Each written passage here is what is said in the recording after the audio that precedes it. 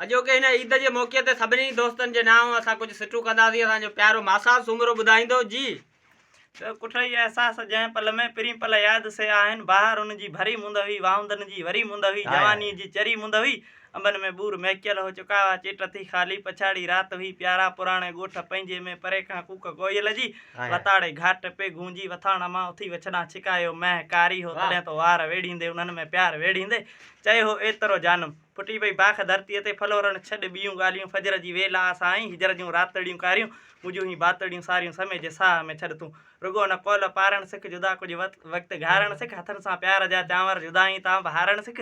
सुबुह जो माक खां पोइ तुंहिंजी बारात निकिती हुई। भलियूं सभु बेल गाॾियूं उन्हनि में मांदरिया मोती।